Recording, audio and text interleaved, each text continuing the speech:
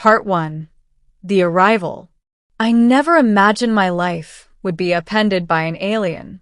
But then again, I never imagined I'd be standing in the middle of a spaceship's command deck, surrounded by creatures who looked like they stepped straight out of a nightmare. The alienqueen was taller than any human, her skin a shimmering shade of violet. Her eyes were dark, her irises swirling with iridescent energy. And yet, when she spoke, it was not with a voice you'd expect from something so alien.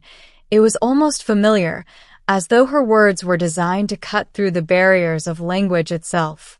I was a human diplomat, sent to a distant star system on a mission of negotiation. We were to establish an alliance, one that would benefit both the Federation and the strange, enigmatic species who controlled this part of the galaxy. It was supposed to be a simple assignment: meet with the leaders, discuss trade, and go home. But nothing about this was simple. The ship was unlike any I'd seen before, smooth, sleek, with dark metallic surfaces that seemed to pulse with some kind of otherworldly energy. The crew was just as bizarre. Humanoid in form but with translucent skin, large multifaceted eyes, and long, graceful limbs that moved like fluid. They didn't speak, but their presence was imposing. They hovered around the Queen, awaiting her every command. I, on the other hand, stood frozen in place, my body tense, my heart hammering in my chest. The alien queen's gaze turned toward me, and for a moment, I thought she could see right through me, her alien mind peeling away my thoughts like pages in a book. Then she spoke. "You," she said, her voice echoing in my mind more than my ears. "You will serve a purpose." I blinked. "Serve a purpose?" I repeated, not sure I understood.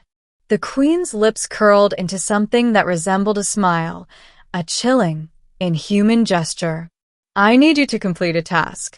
A very important task." I was speechless. The idea that this alien being, so far beyond anything humanity had encountered, would need me for something felt absurd. But then again, I was standing in her command center, alive, and that had to mean something. Whatever this task was, I had little choice but to accept. Part 2. The Command. The Queen led me down a series of gleaming, metallic halls, each of which seemed to shimmer with an energy field that made the air hum with a strange resonance. The crew, her servants, followed silently, gliding over the ground with an eerie grace. I had no idea where we were going or what the task might be, but the further we walked, the more uncomfortable I became. Eventually, we arrived at a large chamber, the walls alive with pulsing lights and moving symbols. At the center of the room was a pedestal on which rested a small, glowing orb. It was not much larger than a human fist, but it radiated a deep, almost hypnotic energy. It hummed with a frequency that made my skin tingle. My first instinct was to stay away, to not touch it. But something about the Queen's presence, her unspoken authority, made it impossible to question. "This," she said, her voice soft yet commanding, "is the Heartstone of our empire. It is the source of our power and knowledge. For generations, it has sustained us. Now I need you to understand it." I stared at the orb, my heart racing. I had no idea what she meant by that. But I knew that whatever the Heartstone was, it was important. She had mentioned its power and knowledge, but could I truly comprehend what was in front of me? "Take it," she ordered, her eyes gleaming.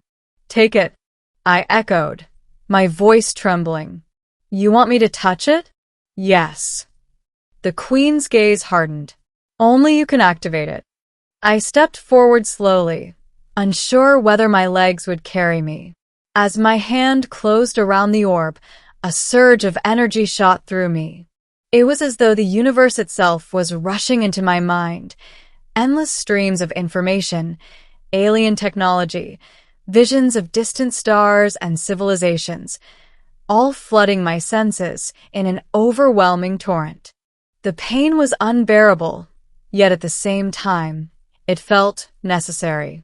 Like something deep inside me was waking up, unlocking memories that weren't even my own. The Heartstone wasn't just a source of power, it was a key to something ancient. And now it was a part of me. The Queen's voice cut through the chaos in my mind, her tone soft and yet commanding. You will serve me now, human. You will be my bridge to the Federation. You will carry the knowledge of our people. I gasped, the orb releasing its grip on my mind as I staggered backward. What did you just do to me? She didn't answer immediately. Instead, she studied me with a cold, calculating gaze, her fingers tracing the edge of the pedestal as though lost in thought. I've given you access to the Heartstone secrets. You'll serve as my ambassador, an emissary between your people and mine.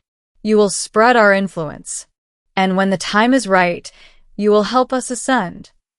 My mind was reeling, the weight of her words sinking in. I was nothing more than a tool to her, a puppet in a galactic game I had no understanding of. My initial shock gave way to something darker, fear, confusion, and an overwhelming sense of helplessness. She had manipulated me, no doubt about it. Part 3. The Struggle. Days passed, and I found myself trapped within the alien ship, my mind burdened with the Heartstone secrets. I tried to resist, to shut it out, but the knowledge was too powerful. It clawed at the edges of my consciousness, slipping in during my dreams, shaping my thoughts. The Queen's command lingered in my mind like a shadow, growing darker with each passing hour. The more I resisted, the stronger her influence became. It was as if the Heartstone had rewired my very brain, connecting me to an alien consciousness that I couldn't escape. At times, I even felt as if I was losing myself, slipping into something that wasn't human anymore. I had to make a choice. Either I could continue to fight it, slowly losing myself to the alien queen's will, or I could embrace the power and knowledge she had given me. I could become the bridge between our two species, a human servant to the Queen's empire, or I could try to find a way to break free and expose the truth to the Federation. But every attempt to sever the connection failed. The more I tried, the more desperate I became. And then, one day, as I stood alone in the heart of the ship, something inside me snapped. I couldn't do it. I couldn't let the Queen win. But I also couldn't abandon the knowledge I now carried. There had to be another way. Part 4. The Choice. The Queen called for me again. This time, I was prepared. I had spent the last few days in contemplation, fighting the impulses of the Heartstone. I would no longer be her puppet. It was time for me to make a decision. When I arrived at the Queen's chamber, I saw her waiting for me, her regal presence undeniable. She studied me, her eyes narrowing. "You are not the same," she said, her voice sharp. "I'm not," I replied, my voice steady. "But I will not be your tool." Her expression softened, almost imperceptibly. "Then you will choose. You will either join me in my empire, or you will fall." I swallowed hard, the weight of her words pressing down on me. But deep inside, I knew what I had to do. I wasn't going to let her control me, not anymore. "I choose my people," I said, my voice unwavering. The Queen's eyes flickered with something I couldn't quite read, perhaps amusement, perhaps anger. But she nodded, slowly, and the connection with the Heartstone began to unravel.